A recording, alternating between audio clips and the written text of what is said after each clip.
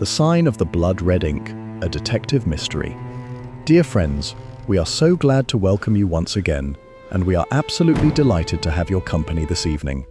A heartfelt greeting tonight to our listeners in Canada, the USA, and Cyprus. Please let us know in the comments where you are listening from, and tell us, what is the most beautiful village or countryside you've ever visited?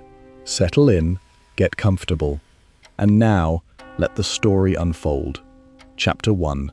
An urgent summons.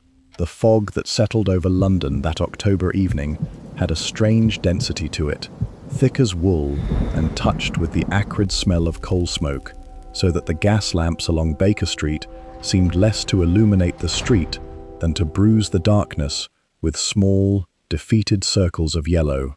I sat by the fire with a medical journal I was not truly reading, while Holmes occupied his usual chair, his violin laid across his knees though he had not played a note in the better part of an hour, his eyes fixed upon nothing in particular in the manner that told me his mind was engaged elsewhere entirely.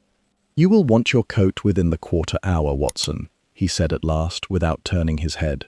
"I have made no plans to go out tonight, Holmes." "No, but you shall, all the same." He set down the violin with the deliberate care he gave to all his possessions. "A cart has stopped twice before our door in the last 10 minutes, the driver uncertain of the address, and now decided at last, for I hear a step approaching with the particular urgency of a man sent on business he does not fully understand himself." The knock came moments later, sharp and hurried, and Mrs. Hudson showed in a young constable, his helmet still beaded with fog damp, his face carrying the pallor of a man who had seen something that morning's training had not prepared him for. "Mr. Holmes," he said, "Inspector Lestrade sends his compliments, and begs you'll come at once to Cecil Court, off the Charing Cross Road. There's been a death, sir, a Mr. Mortimer Quayle, a document examiner well known to the courts. The inspector says he's never seen the like, and nor, begging your pardon, have I." "What manner of death?" Holmes had already risen and was reaching for his coat, the violin forgotten upon the chair. "I couldn't rightly say, sir, only that the room was found in a state, papers scattered and torn, and the whole of it marked over in a red so dark it looked near black in the lamplight, until you got close, and then it looked like nothing so much as—" The constable hesitated and swallowed. "Like blood, sir, though the doctor says it isn't. Not most of it. It's ink, red ink, spread over everything, and the gentleman himself lying in the middle of it, with a wound to his person that nobody can account for. Ink and blood both then, in a room built for neither." Holmes's eyes had taken on the particular brightness that told me his interest was thoroughly engaged. "Come, Watson, a dead document examiner and a room drowned in red ink is not the sort of puzzle one encounters twice in a career, however long." We descended to the street, where the cart waited, and within minutes were rattling through fog-choked lanes towards Cecil Court, that narrow passage of booksellers and print shops that ran between the theatres and the bustle of Charing Cross Road, quiet now, near midnight, save for the small knot of constables gathered before one darkened shop front. "Tell me what you know of Mortimer Quayle," Holmes said to the young constable as we rode, for I could see he wished to arrive with as much understanding as the circumstances allowed. "Not a great deal myself, sir, but the inspector says he was well regarded in his trade. Document examination, sir, the sort of work the courts call upon when a will or a signature is disputed, and a man's word is needed as to whether the ink and the hand are genuine. He kept a workshop above the print shop in Cecil Court, and lived there besides. Alone but for an apprentice, who lodges on the floor above." "And how was he found?" "His housekeeper comes in mornings only, sir, not evenings, so it was the apprentice who found him, upon returning from an errand near 11 o'clock. The door to the workshop was unlocked, which the apprentice says was unusual at that hour, for Mr. Quayle was most particular about locking up once dusk had fallen, on account of the valuable documents he kept for examination." "Unlocked, not forced." "Unlocked, sir, so far as I've been told." Holmes fell silent then, and I recognized in his stillness the beginning of that process by which he assembled, from the barest scraps of second-hand report, a provisional architecture of the crime that he would spend the following hours testing, revising, and very often demolishing entirely as new facts emerged. I had learned long ago not to interrupt this process with idle speculation of my own, and so I watched the fog thicken beyond the cart's small window, and wondered what manner of scene awaited us in that narrow, book-lined court, where a man skilled in detecting the false hand of others had met, it seemed, a very genuine and violent end. The cart drew up at last before the print shop, its windows dark, a single lit square visible in the story above, where, I did not doubt, Lestrade and his men waited amid whatever grim tableau the red ink had made of Mortimer Quayle's final hours. Chapter 2. The Workshop of Ruined Ink. We climbed a narrow, creaking staircase behind the print shop, Lestrade's voice reaching us before we had gained the landing, sharp with the particular irritation he reserved for cases that refused to yield their secrets on the first inspection. "Mr. Holmes, I confess I am glad to see you, though I'd sooner it were under less trying circumstances." The inspector stood in the doorway of a long, low-ceilinged workshop, gas lamps burning at either end, and behind him I could see the source of his distemper laid plain across the room. The workshop had been given over entirely to ruin. Papers lay scattered across every surface, many torn or crumpled, and across a great number of them, and across the workbench, and across the floorboards themselves, spread a dark red stain that in the lamplight did indeed resemble blood, thick and glistening in patches where it had pooled, dulled to a rust color where it had dried and thinned. Mortimer Quayle lay upon his back near the center of the room, a man of perhaps 55, spectacles knocked askew upon his face, his waistcoat marked with a wound at the chest that had bled a darker, truer red than the ink surrounding him, so that the two colors mingled in a manner I found, even with my years of medical practice, difficult to look upon steadily. "The ink," Holmes said, crouching at the room's threshold without yet entering, as was his custom. "Tell me about the ink, Lestrade, before anything else. That's the very devil of it, Mr. Holmes.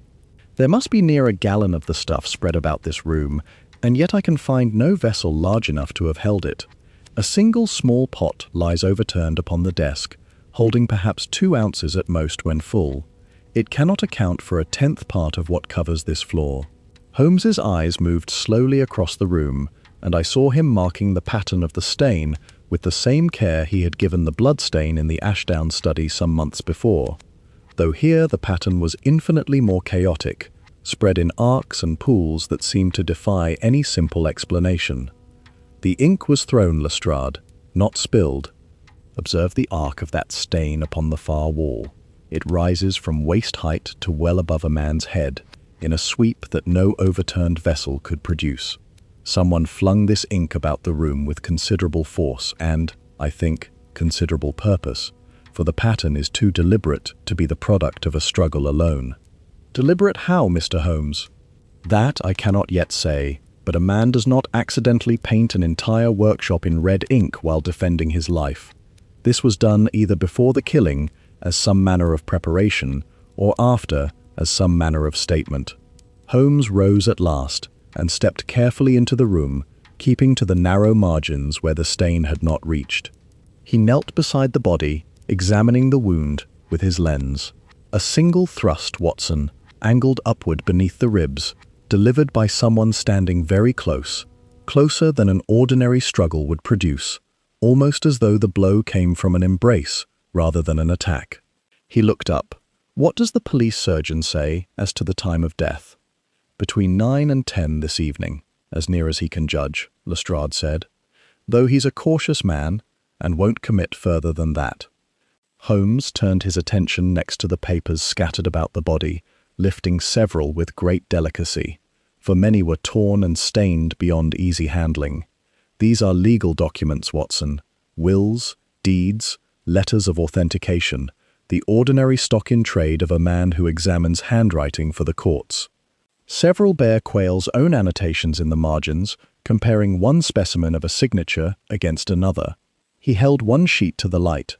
"This is curious. Here, upon this deed, Quayle has written a single word in pencil, underlined twice, forged, and beside it, a date some 3 weeks past. You think this connected to his death? I think, Lestrade, that a man whose profession is the detection of forgery and who has lately identified one. Before we continue, if you're enjoying the mystery, hit subscribe and ring the bell so you never miss a clue. Now, let's get back to the case. Is a man who may have made an enemy of whoever stood to profit from that forgery going undetected. Holmes set the paper aside with care and turned his attention to the desk itself, where the overturned ink pot lay amid a scatter of pens and blotting paper.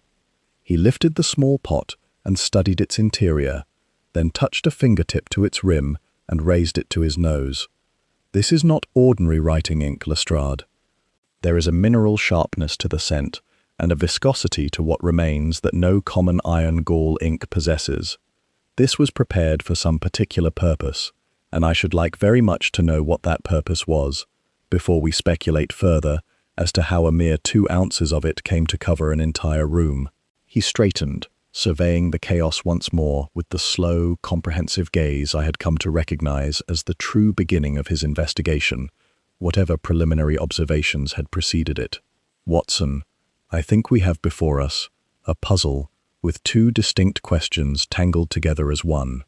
Who killed Mortimer Quayle, and why was this room drowned in ink that could not possibly have come from the vessel provided for it?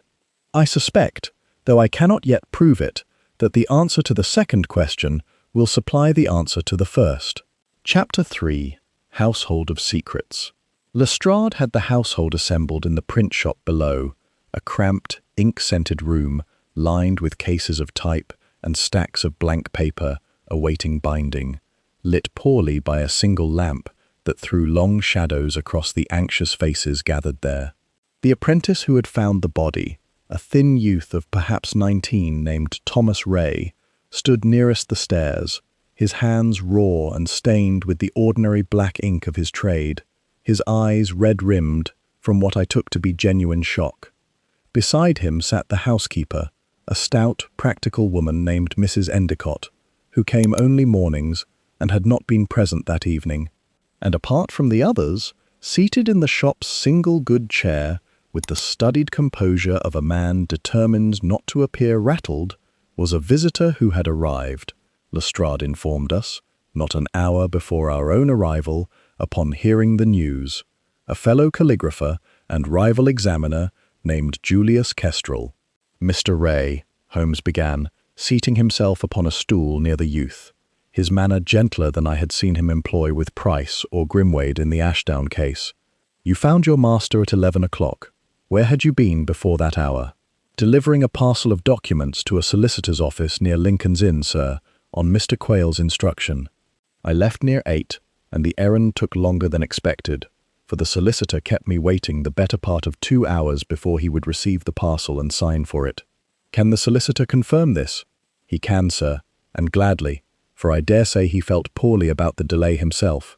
Holmes nodded, apparently satisfied, and turned to the ink itself. Tell me, Ray, did your master keep any large quantity of red ink upon the premises, more than the small pot found upon his desk? Ray hesitated, and I saw the same flicker of reluctance I had noted in Price during our earlier case, though here it seemed born of confusion rather than guilt. There was a larger stock kept below, sir, in the print shop proper. Mr. Quayle prepared his own inks for certain delicate examinations, matching an original document's ink as closely as possible to test for forgery, and red was among the pigments he mixed most often, for many old deeds and seals employ it. There should be the better part of a quart stored in the back room, though I confess I have not looked to see whether it remains. We shall look together presently. Now, Mrs. Endicott, you were not here this evening, but you know the household's habits. Was Mr. Quayle expecting any visitor tonight? The housekeeper folded her hands. Not that he told me, sir, though he'd had a caller 2 nights past who left him in a temper I hadn't seen from him in all my years of service. Wouldn't say who it was, only that he'd been accused of something he called an outrage, and spoke of setting matters right before the week was out. Holmes's gaze moved deliberately to Kestrel, who had sat silent through this exchange with the fixed attention of a man listening for his own name. "Mr. Kestrel, I understand you and Mr. Quayle were rivals in your trade." "Colleagues, Mr. Holmes, more than rivals, though I'll not pretend our relations were always cordial. Document examination is a small world and a competitive one, and Mortimer and I have crossed swords in court more than once, each testifying to the genuineness or falsity of the same signature on opposing sides. Were you the visitor who left him in a temper 2 nights past?" Kestrel's composure did not break, but I saw his jaw tighten. I called upon him, yes, regarding a matter of professional disagreement. I will not pretend the conversation was friendly, but I left this earth no less full of Mortimer Quayle than I found it, Mr. Holmes, and I resent the implication otherwise. What was the disagreement? He had testified in a case last month that a certain signature was forged, a signature I myself had examined some years before and pronounced genuine.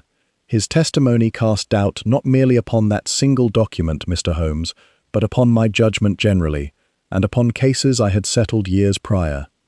I told him plainly that I thought his conclusion mistaken, and that he had done my reputation a considerable injury in reaching it publicly, rather than consulting me privately first. "And where were you this evening, between 9 and 10? "At the theatre, Mr. Holmes, in the company of some 40 other patrons and an usher who took my ticket, if you require corroboration, which I gather you do."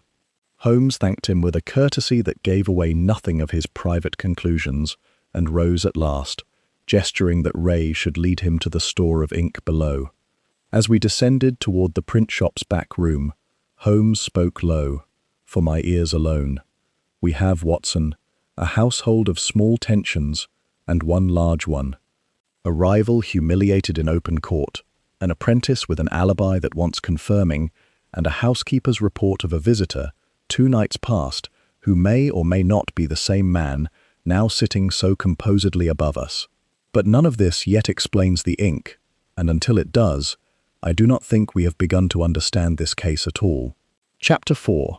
The Chemistry of the Crime. The back room of the print shop proved a narrow chamber lined with shelves of stoppered bottles and stone jars, the air thick with the mingled smells of linseed oil, vinegar, and something sharper still that caught at the back of the throat.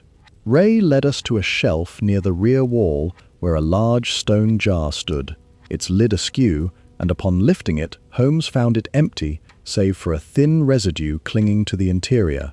Empty, Watson, and recently so, for the residue has not yet dried entirely at the base. He touched a finger to it and raised it to his nose, as he had done with the smaller pot above. The same ink, without question. So then, a quart of prepared ink, kept here in the back room, has found its way entirely into the workshop above, in addition to whatever the small desk pot contained. That accounts for the volume, Lestrade, though not yet for the manner or the purpose. "You said the pattern on the walls suggested it was thrown," I offered. "I did, and I hold to that conclusion, though throwing a full quart of ink about a room by hand, from a single jar, would be an awkward and time-consuming business, and our killer, if killer it was who did this, cannot have had unlimited time, given the apprentice's return was expected before midnight." Holmes turned to Ray.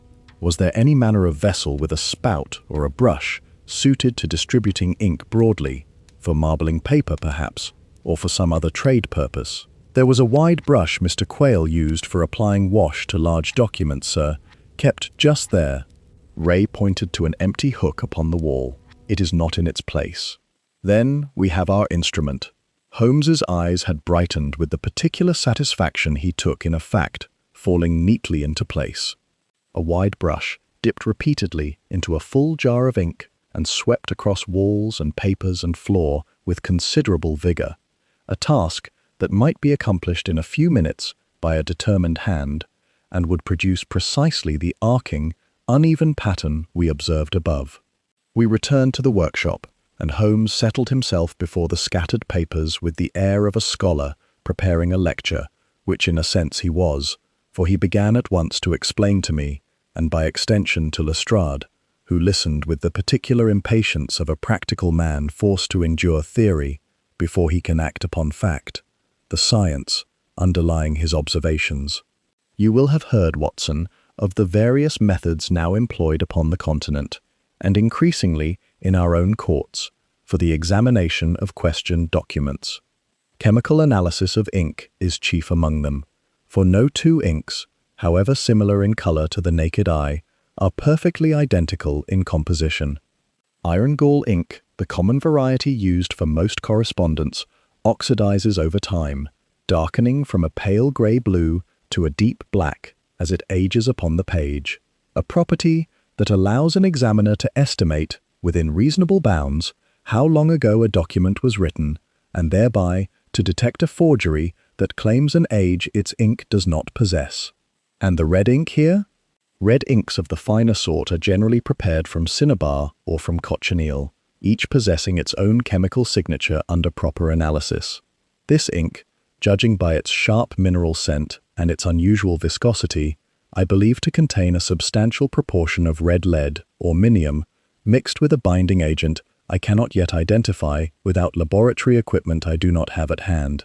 It is not, in short, an ink one would choose for ordinary correspondence, but precisely the sort a document examiner might prepare for matching against an old seal or a historical deed, where minium was more commonly employed than in modern practice.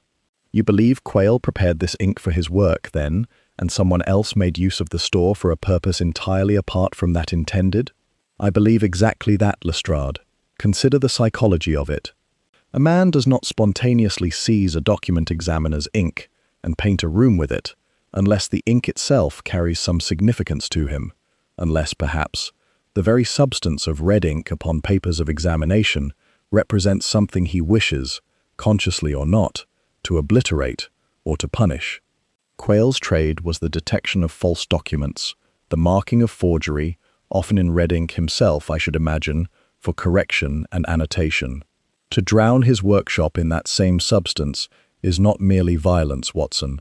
It is a kind of statement, however incoherent, made by a mind under considerable strain.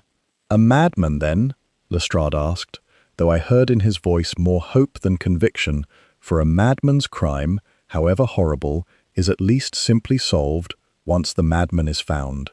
Not necessarily mad, Lestrade, though certainly a mind pushed to an extremity by some grievance connected to Quayle's profession, to forgery, to false documents, to the marking of red ink upon papers that determine a man's fortune or reputation in the eyes of the law.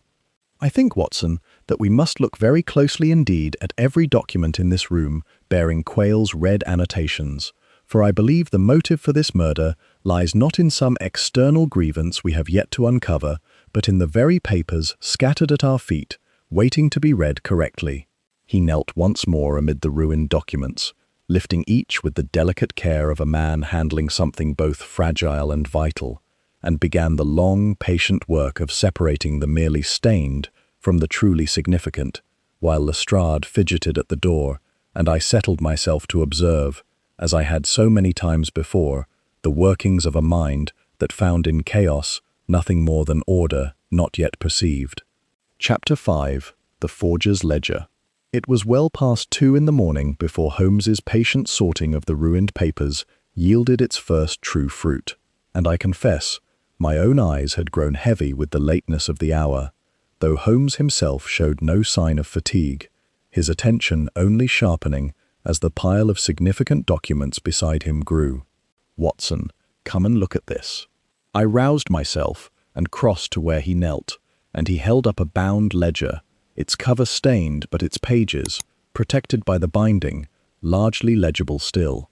"This is Quayle's private record, Watson, kept apart from his professional case files, and written in a hand meant, I think, never to be read by another soul.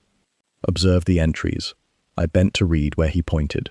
The hand was cramped and hurried, quite unlike the careful, formal script I had seen in Quayle's professional annotations, and the entries themselves, dated across some 15 years, recorded sums of money received alongside brief, cryptic notations. Ashworth signature, £40. Pemberton deed, corrected, £65. Harcourt will, second witness added, £30. Holmes, this reads as though Mortimer Quayle celebrated examiner of questioned documents, spent a portion of his career not detecting forgeries but committing them. Holmes's voice carried no triumph at the discovery, only a grave sort of confirmation, as though a suspicion long held had finally found its proof. It is, when one considers it, the perfect vantage from which to practice such a trade. Who would think to suspect the very man the courts call upon to identify a false signature of being himself capable of producing one so skillful that even his own trained eye, turned upon another's work, would find no fault? I imagine he began modestly, Watson, a small correction here, an added witness there, for clients desperate enough to pay well for his silence and his skill both. And I imagine, over 15 years, the practice grew considerably beyond modest beginnings. Lestrade, who had drawn near to examine the ledger himself, gave a low whistle. If this is genuine, Mr. Holmes, it opens the case up considerably. Any one of these clients, discovered years later, might have wished Quayle silenced before the truth came to light. Precisely my thought, Lestrade, though I think we need not look across 15 years of clients for our answer. Recall the deed I found earlier, marked forged in Quayle's professional hand, dated some 3 weeks past. I begin to suspect that entry was not an examiner's honest finding at all, but something considerably more troubling. A forgery Quayle himself had once committed, now resurfacing in circumstances he could not control, and which he was compelled, for reasons I do not yet fully grasp, to publicly denounce as false, rather than privately acknowledge as his own old handiwork. You think he betrayed a former client, I said, by exposing as forged a document he himself had forged years before. I think it entirely possible, Watson, and if so, we have discovered a motive far more dangerous than professional rivalry or an old client's grudge. A man who commissioned a forgery from Quayle years ago, believing the matter settled and buried, who then finds that very forgery resurrected in some legal proceeding and denounced publicly by the same hand that created it. Such a man has been betrayed twice over, first by circumstance and then by the very confederate who should have protected his secret at any cost. That is a motive, Lestrade, that burns considerably hotter than mere rivalry. Lestrade frowned over the ledger. The trouble is, Mr. Holmes, half these entries give surnames only, and some not even that. Tracing a client from 15 years past on so slender a thread will take weeks, and I doubt our killer means to sit patiently while we manage it. We need not trace 15 years of clients, only the one connected to the deed marked 3 weeks ago. Holmes turned back to the scattered papers with renewed urgency, and after some minutes of searching, produced the sheet in question, holding it once more to the lamp. Here. The deed concerns a transfer of property some 20 years past, the signature in question belonging to one Josiah Redfern, now deceased, the property having passed since through several hands. The party who most recently stood to benefit from the deed's validity, and who therefore stood to lose most by its exposure as forged, is named here as the current claimant, a Mr. Aldous Reeve, solicitor, of Gray's Inn. A solicitor, Lestrade repeated slowly. A man, then, who would understand precisely what such an exposure meant for his standing before the courts, and who might have both the motive and the composure to arrange a visit here under cover of some ordinary professional business. Just so, Lestrade. I should like very much to make Mr. Reeve's acquaintance before the morning is much older, though I confess I do not yet believe him our killer outright. There remains the matter of the ink, Watson, and its strange, deliberate violence, which speaks to me of a passion I have not yet detected in the calm and calculating figure a solicitor's profession generally produces. We have found, I think, the motive. We have not yet found the hand that held the brush. Chapter 6. A Twist in the Red. We found Aldous Reeve at his chambers in Gray's Inn shortly after dawn, roused from sleep by his clerk, and received in a dressing gown that did nothing to diminish the sharp, watchful intelligence in his eyes, once he had grasped the purpose of our visit. Mortimer Quayle is dead, you say? I will not pretend to grieve overmuch, Mr. Holmes, for the man did me a considerable injury 3 weeks past, but I assure you I had no hand in his death. You are aware, then, of the deed he denounced as forged? Aware of it, I have thought of little else since. That deed underpins my claim to a property worth some £4,000, Mr. Holmes, inherited through my late wife's family, and Quayle's testimony has thrown the whole matter into the courts, where it may yet ruin me entirely. Reeves' composure, so carefully maintained, cracked slightly here. I had no notion, until his testimony, that the deed was anything but genuine. I inherited it as such. If Quayle forged it himself decades past for some purpose I know nothing of, that is a fact that only compounds my misfortune, for I stand to lose the property either way, whether through his forgery or his sudden inconvenient honesty.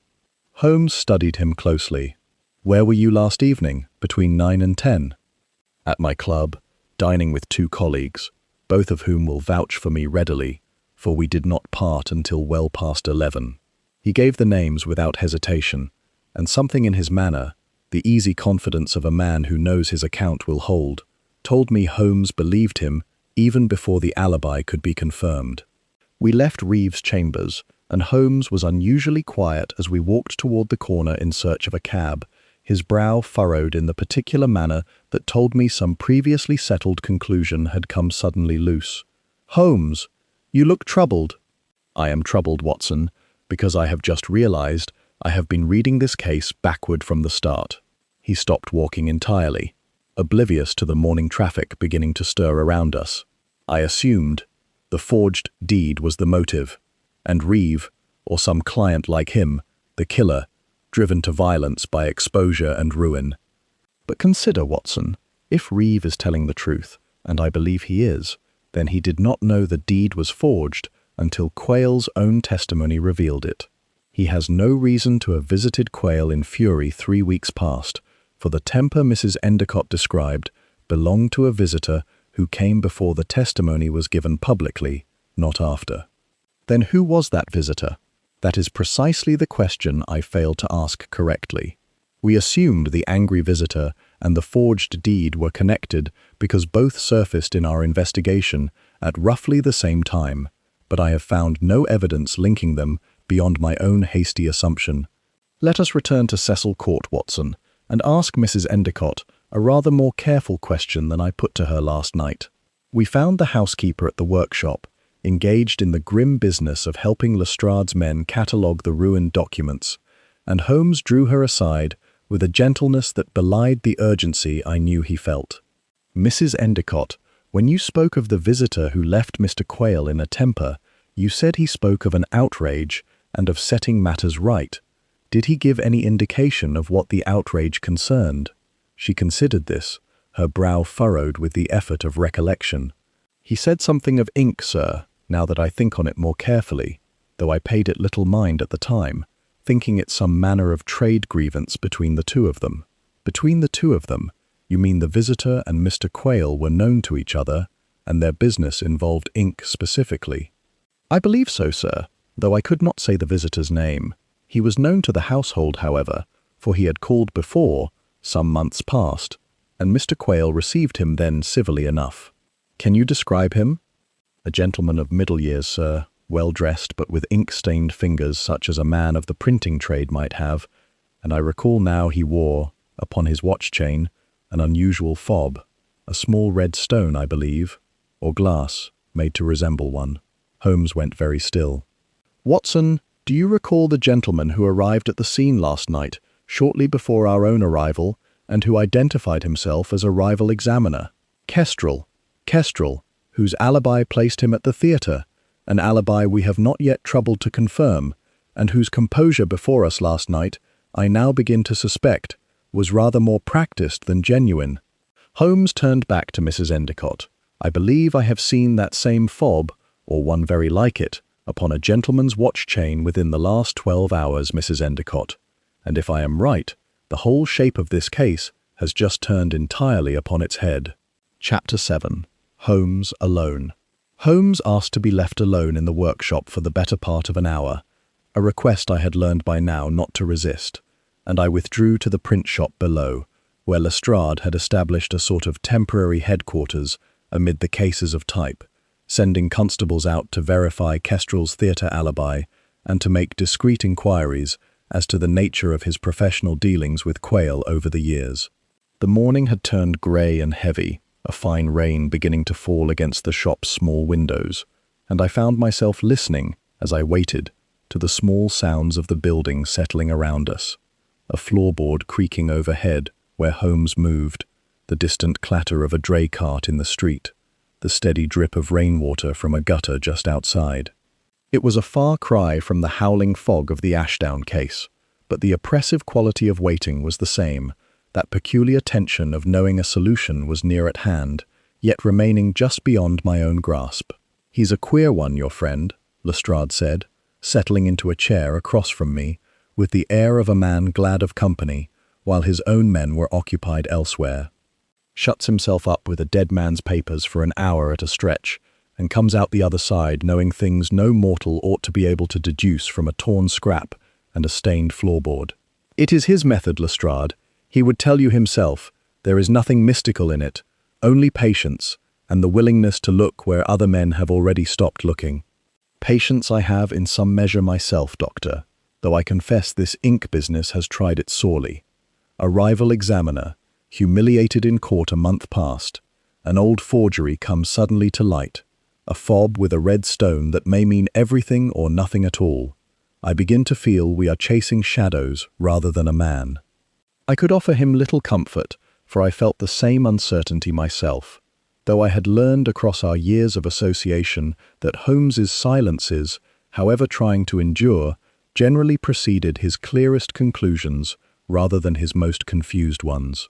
Above us, the footsteps had ceased entirely, and I pictured Holmes seated amid the ruined papers, his eyes closed perhaps, turning over in his mind the whole architecture of the case, the ink thrown in violent arcs, the ledger of old forgeries, the deed marked false 3 weeks past, the visitor with the red fob who had spoken of an outrage and of setting matters right. The wind had risen with the rain, and somewhere above a loose shutter began to knock intermittently against its frame, a sound that carried through the building's old timbers with an insistence that set my nerves further on edge than the circumstances alone could account for.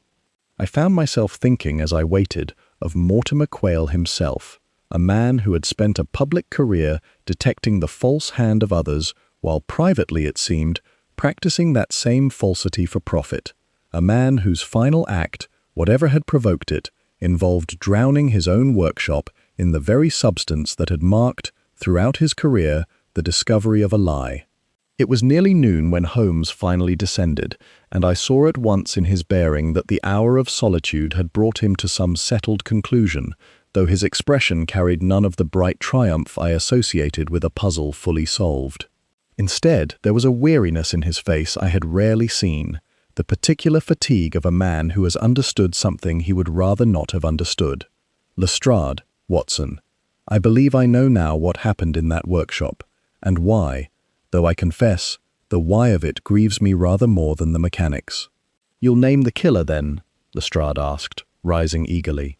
"I will name him, but I should like first to confirm one final detail, for I would not accuse a man of murder on inference alone, when a simple inquiry might settle the matter beyond doubt. Lestrade, has your man returned from the theatre yet, regarding Kestrel's alibi?" "Not yet, Mr. Holmes, though I expect him within the hour."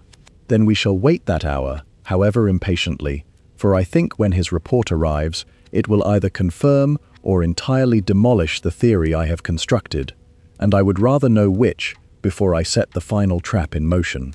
Holmes crossed to the window, watching the rain streak the glass, his reflection ghostly against the grey London morning. "There is a particular sadness, Watson, in cases where the criminal and the victim were once bound by something resembling friendship, or at least professional kinship, before betrayal turned that bond into something murderous. I begin to suspect this is such a case, and I confess I take no pleasure in the conclusions I have reached this past hour, however sound I believe them to be. Chapter 8.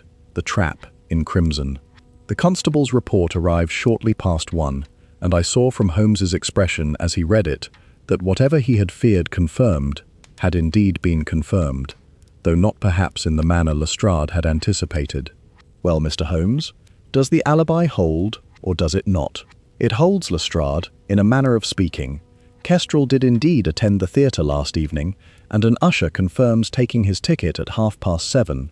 But the same usher, pressed rather more closely by your constable, recalls that the gentleman's seat was empty when he passed through the stalls again, near 9:30, checking for a dropped opera glass reported by another patron, and remained empty until the interval, when Kestrel was seen once more in his place, somewhat dishevelled, claiming to have stepped out for air.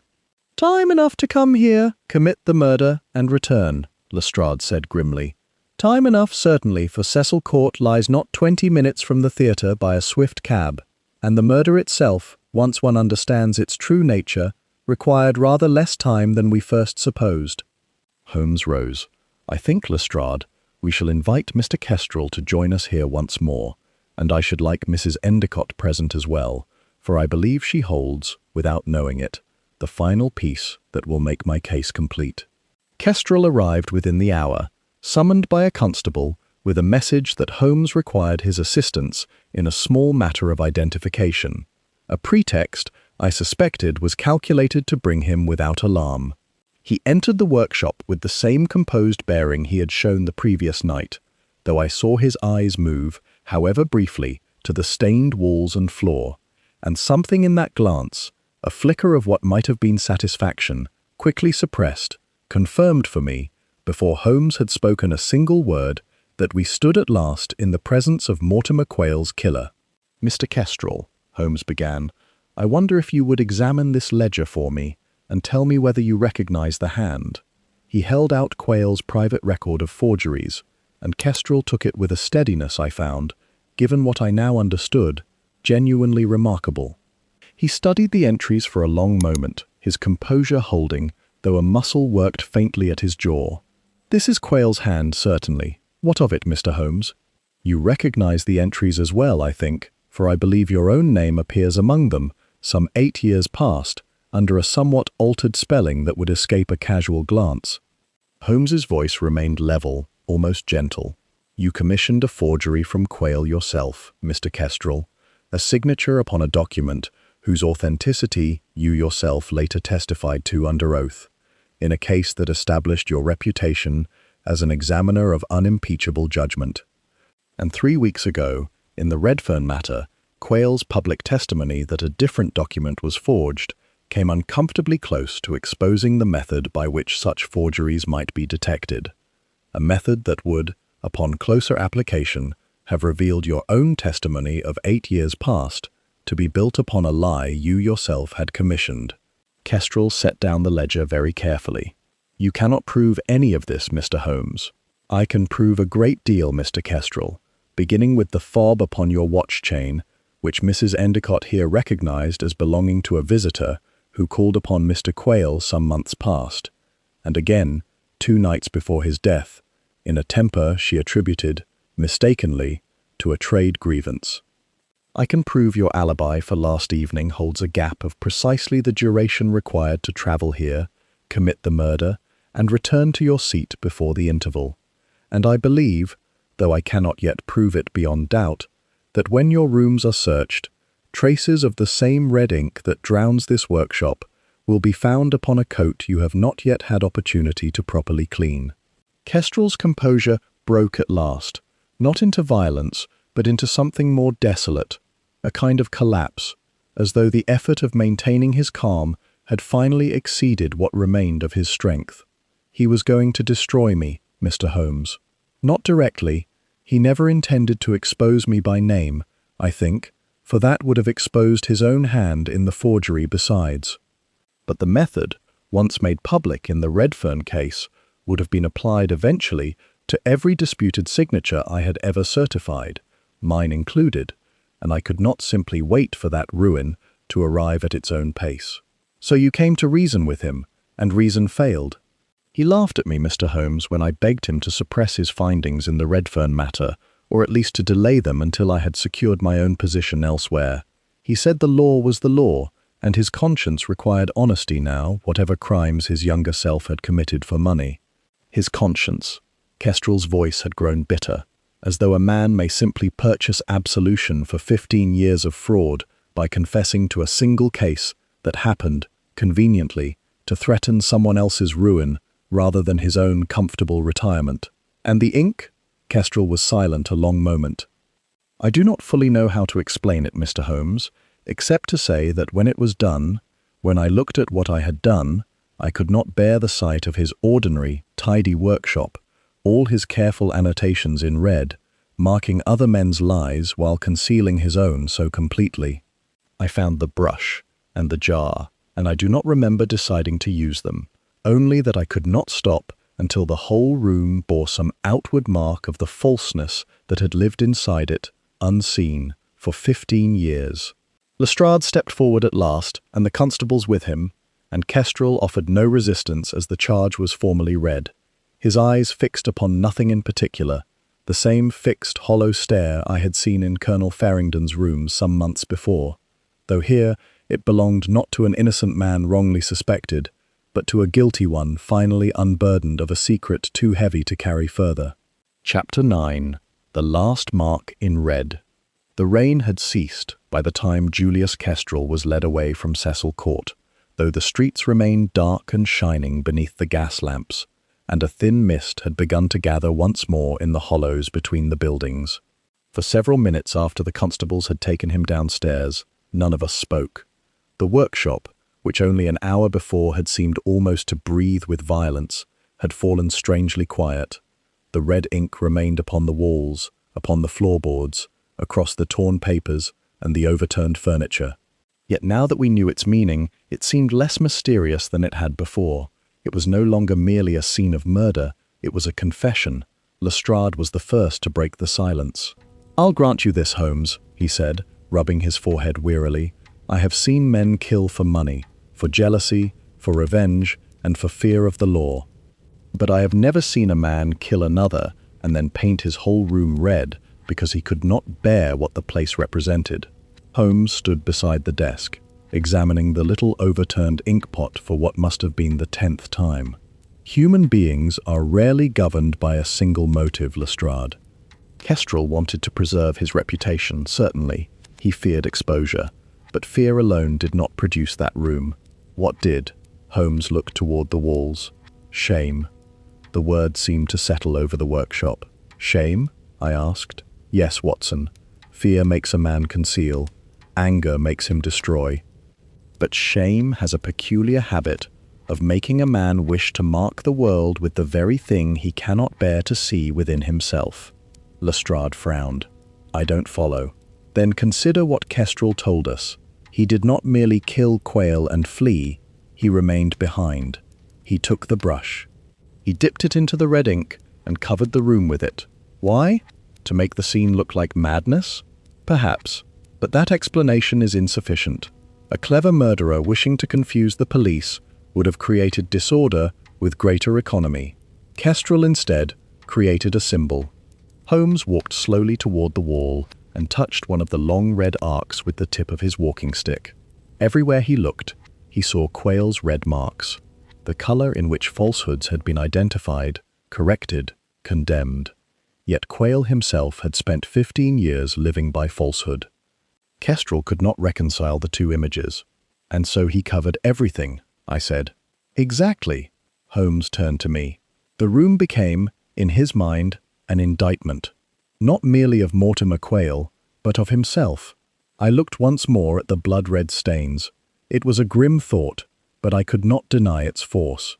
Lestrade sighed. And Quayle? Was he truly trying to change his ways? Holmes's expression grew thoughtful. "I believe he was." "You believe it?" "I have little else to believe. Consider the evidence." He crossed to the desk and picked up the deed that had begun our investigation. 3 weeks ago, Quayle marked this document as forged. He knew precisely what such a discovery might do. It threatened a powerful claimant, revived an old crime, and placed Quayle himself dangerously close to exposure, yet he testified nevertheless. Perhaps because he feared being discovered. That is possible, but look at his private ledger. Holmes opened the stained book once more. These entries cover 15 years.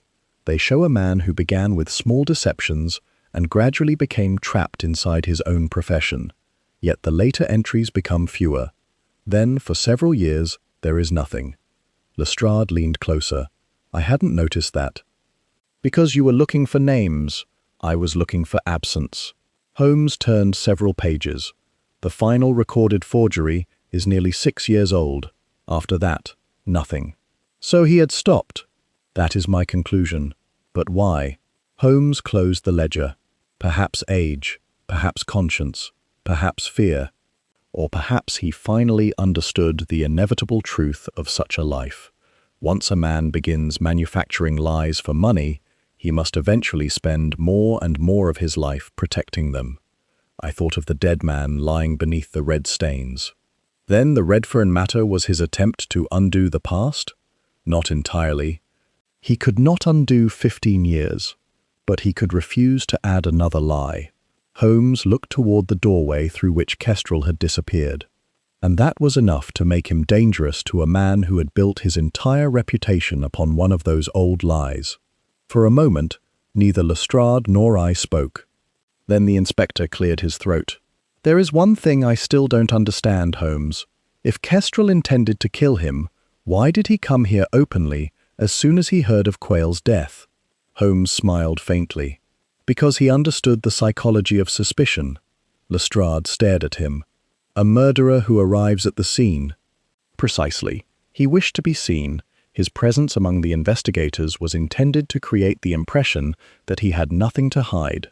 A man who comes voluntarily, who behaves calmly, who speaks confidently of the victim's professional disputes. Such a man often hopes the police will unconsciously exclude him from consideration. And his theatre alibi? Designed to appear stronger than it was. He knew the ticket would place him inside the theatre. He relied upon nobody asking whether he remained in his seat. Lestrade shook his head. That gap nearly fooled us. It fooled me for a time, Holmes admitted. I looked at him with some surprise. You?